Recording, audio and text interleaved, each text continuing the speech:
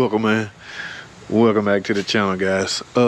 Quick live stream. Now, guys, I know some of y'all may be in the comment section, but I can't see because I don't have my setup. I don't have this set up, but we're gonna walk around and be nosy for a minute. All right, so let's get it. What y'all see down here? Let's go.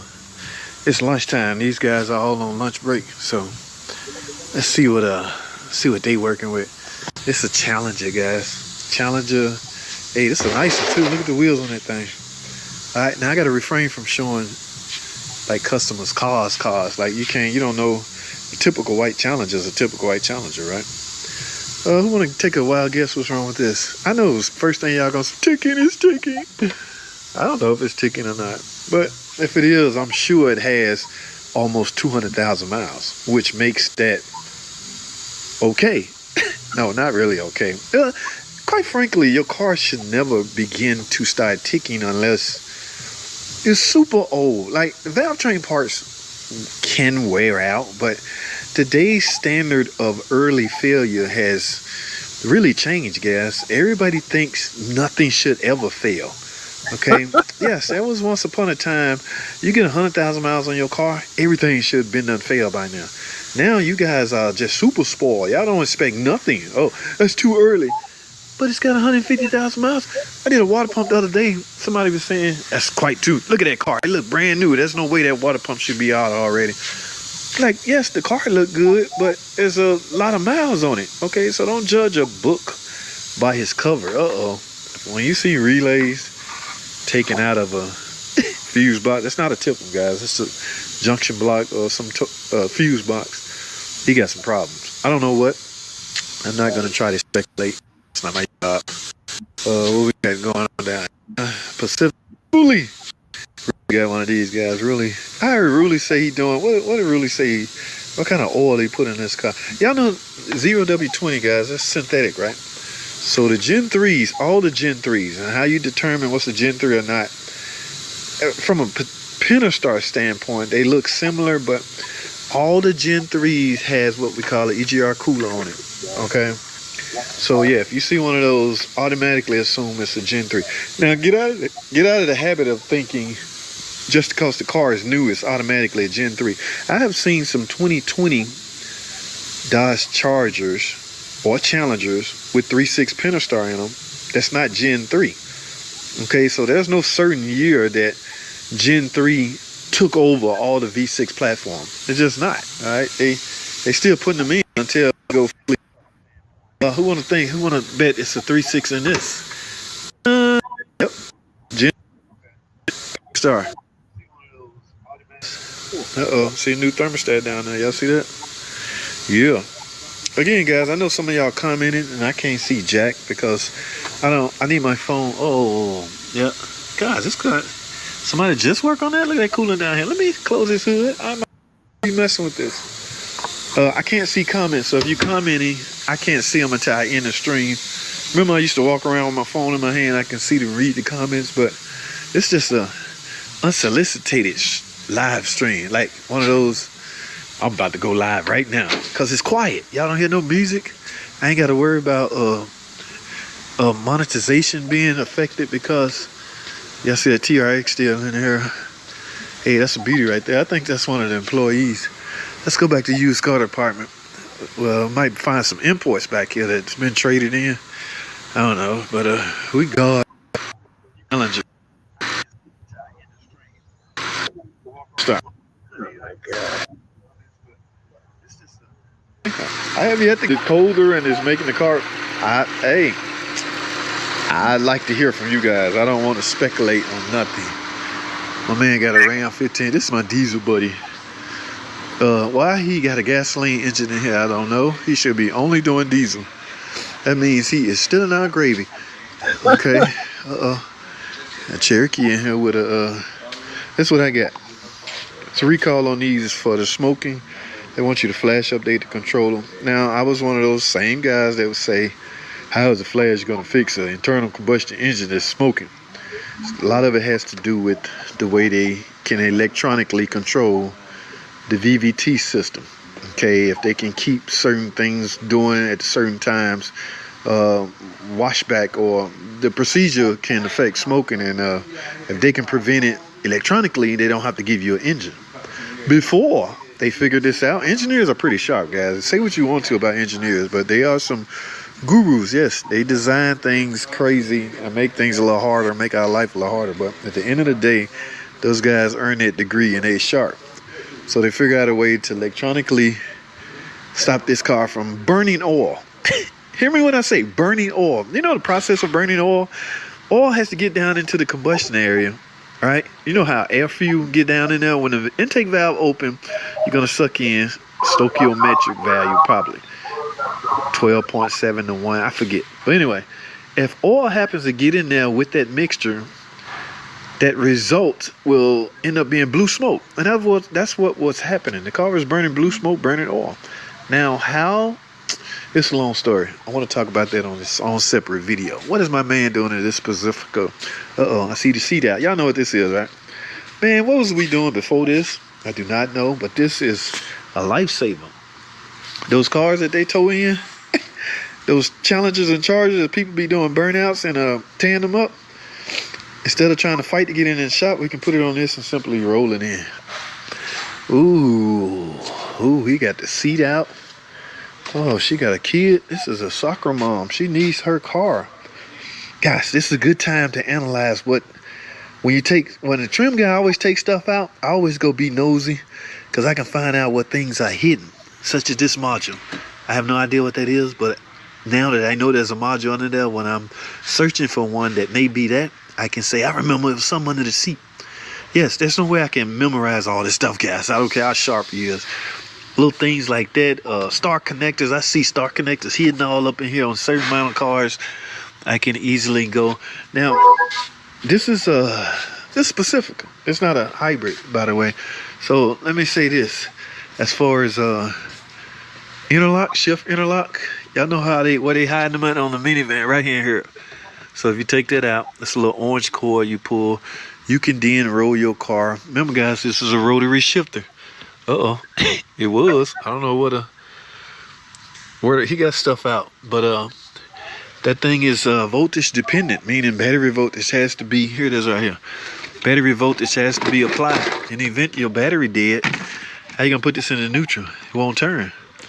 That's why all cars, I want to say it's by law, has to have some type of shift interlock, neutral interlock that you can pull in the car roll. Guys, I know y'all commenting it. I can't see them. I'm sorry. I'm just chatting. All right, this is a quick live stream, but yeah. So this bezel includes the shifter as well as the HVAC. This is an HVAC module. Okay, so yeah, so it's all one piece. Maybe you can replace. I'm thinking you can replace the shifter by itself. You just unbolt it from here, but. Interesting. You see that, Ruli? Yeah, I'm sure Ruli know everything about his baby. And most of these have the Pentastar. I haven't seen a Pacifica with no other engine. Oh, you fixed it. Except for the hey, it's still on that thing. He must got the battery. Y'all see that? I don't know if I had that battery. Maybe he need the battery to diagnose stuff. I don't know, but this is. Oh yeah. So. Y'all ignore that. Don't worry about that. We'll talk about that later. Yeah, all of these are. Oh, this is a hybrid. Look at all the good. Orange means bad. No, safety, guys. When you're working on one of these, from that standpoint, you got to be extremely careful because we're dealing with super high voltage and you don't want nobody to get hurt. All right, I'm being a little bit too nosy, so let me get out of that. We talked about the Cherokee. I don't know why it's in.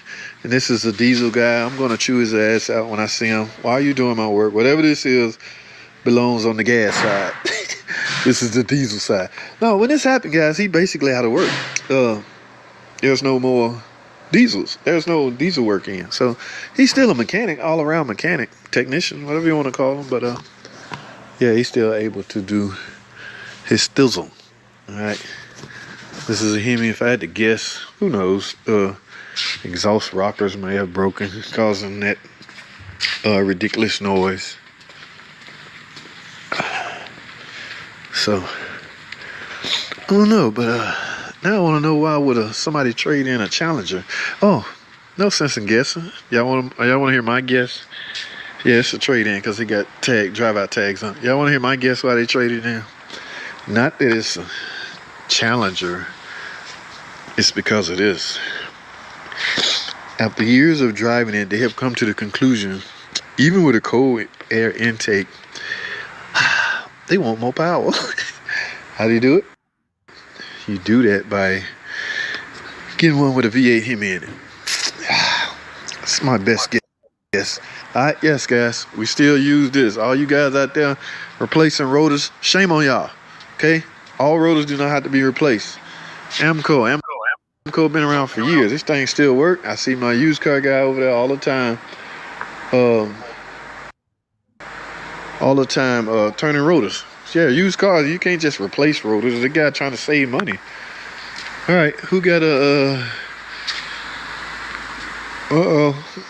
somebody just brought in it's on the forklift too.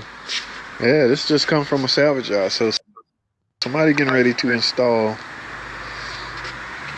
a 2.4 look like. Oh, what this go in? Interesting. Yeah, it's still wrapped up, so it came from the junkyard. All right, I'm being too nosy. What y'all saying out there? I see. I bet the comments are booming. All right, lunchtime almost over, guys. These guys starting to work their way back into the shop. I don't want nobody to know I've been all in their business and stuff. Oh, somebody asked me. This is a Cherokee with a 3.2, buddy. Now I can look. Somebody asked me, is it too much? They got to do a front timing cover. Do they have to remove the engine?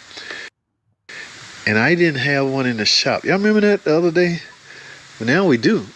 This is a Cherokee with a 3.2. And wow, guys, look how tight that is.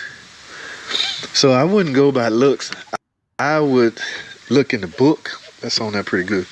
He asked me, JT, I got a front timing cover leaking on a 3.2. Baby brother to the 3.6, by the way. And he wanted to know, do he have to remove the engine in order to reseal the timing cover? Or can you do it on the car? I took a wild guess. And from looking at it now, that was exactly that, a wild guess. Look at the no clearance between the cover and the firewall. Now I would definitely go to the book. Okay? Yeah, that's what I would do if I was working on it anyway, but I took a wild guess. I might have been wrong. I told, oh no, man, you can take that cover. On the minivan, you can. This is a Cherokee. It's tighter. All right? Yeah, so I was wrong, buddy. I apologize. I might be wrong. I don't know until I read. But either way, you got to do what's... I mean, at the end of the day, yes, read and find out how manufacturers suggest that you do it. Then take that and twist it into your own version and see if you can do it from a better standpoint. All right, let me get out of here, man. Lunchtime over. These guys on their way back. Everybody's probably full. Y'all know me. I don't eat all this junk. Okay, I'm gonna go get me some broccoli and some more goodies later. I eat one OMAD. Y'all know what OMAD stands for? OMAD, 1 meal a day. This is a Pentastar, but look, because it has this, what does that tell you? All right, hope y'all staying focused. That means this is a Gen 3 Pentastar. Now, I had to refrain from saying there is no problems with these because I have been dealt a couple of blows. I have seen with my own eyes that is in fact not the case. The only thing I can say is I have yet to go into one, but I've seen people going into one doing repairs. So I will not be regurgitating my line of this engine is bulletproof, made of steel, because there are some small problems. Now, the frequency of the problem is very low, the percentage-wise, okay? Yes, in other words, it's a whole lot freaking better than Gen 1 and Gen 2. All right, the valve train has been totally redesigned, guys. Yes. Ooh, I love this TRX. Oh, he ain't here yet. That's why this car's still here. We talked about this last time. Look at that monster. 6.2 supercharger, I want to say. Some would call that a Hellcat. Now I get in trouble for saying this is a Hellcat motor. The Hellcat is based around the trim of the vehicle. Yes, y'all gotta understand. And hear me out. Let me get this off my chest. I regurgitate or type in things based off the YouTube algorithm. Okay, at the end of the day, I am a content creator. Yes, I'm still a mechanic. Okay, but on YouTube, my goal is to get views. To get views. Okay, that's what any YouTuber goals are. Now, I would not manipulate the truth in effort to get views. That's not what I'm saying. I will use different terminology to get views. Okay, yes, we cannot on our repair order when we doing complaint, cause, and correction, our cause cannot include the word is bad. Okay, just say, I'm gonna give you an example. Complaint, cause, and correction. Here's the complaint. The battery dies. Here's the cause. Alternator bad. Here's a correction. Replace the alternator. No, we can't say bad. You can say bad on YouTube because the algorithm would take that, soak it up, and love it. They would spread that video across the world. If I put the rectifiers inside the alternator has been damaged and internally open, that video ain't gonna get no views, even though I'm telling the truth. So it's all about how you word things. I just got Jared or Jannard or whatever. This dude, he goes and tell me, I types up something about, what was it? What was this example I used? I used the word, oh, this light is bad. This warning light is bad. Be careful of this warning light. The tire light. He gets on and say, oh, that light is, no, it's serious. This light is serious. He goes on and go, that light is not that serious, guys. I started to say, clown, do you understand the light itself being on is not the end of the world, but the reason the light is on could be the end of the world. Because the reason that the tire light is on signifies that your tire pressure is low. And guys, y'all can say what y'all want. Do not be belittling low tire pressure. I was one of those until I was a believer. Yes, oh, it's low, I get around to it. No, man, the tire can overheat and cause you all kinds of problems. Don't be riding around with low tire pressure in your car. That is serious. The more mature I got, the more I realized that is very important. The pressure in your tires are very important.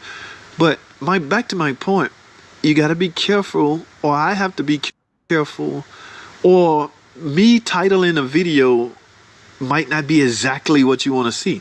Yes, again, I'm a content creator. My goal is to get views.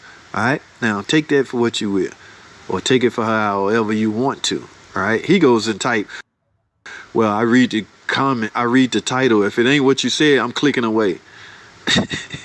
My dude, you got to click it and watch it in order to find out if it is or not. So the viewer is already there. You clicking and play triggers a view count. Oh my goodness, these guys. So you can't please everybody. I've learned that the hard way. Definitely can't please everybody. So I don't even try to please nobody because it's too hard. All right, my time is up. Lunch is over. I'm finna go read some of these comments. I know y'all killing the comment feed, so I'll just try to address them periodically when I can. All right, so that's all I have, man. Let me get out of here. All right, let me figure out how to turn this thing off. But yeah, we got a little work going on, so it's yeah. All right, that's all I have, man. Thanks for watching. I'll read these comments later. Comment, subscribe if you're not already. I'll see y'all in the next video.